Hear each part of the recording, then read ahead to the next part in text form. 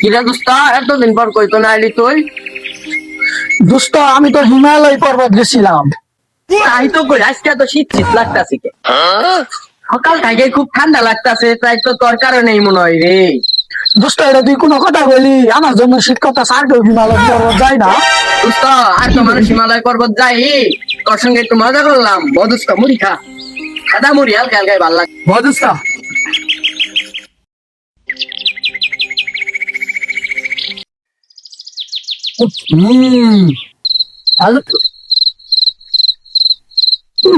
দোস্ত তোর ভাই পেঁয়াজ নাই, সাদা মুড়ি দেওয়া লাগতেছে না তো।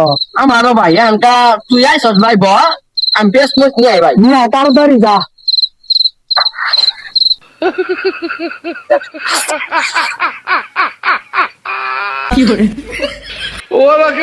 আমার দোস্ত তাড়াতাড়ি আয় নাকি, মুড়ি তো শেষ হয়ে যেতেছে না। হাই হাই মুড়ি কো।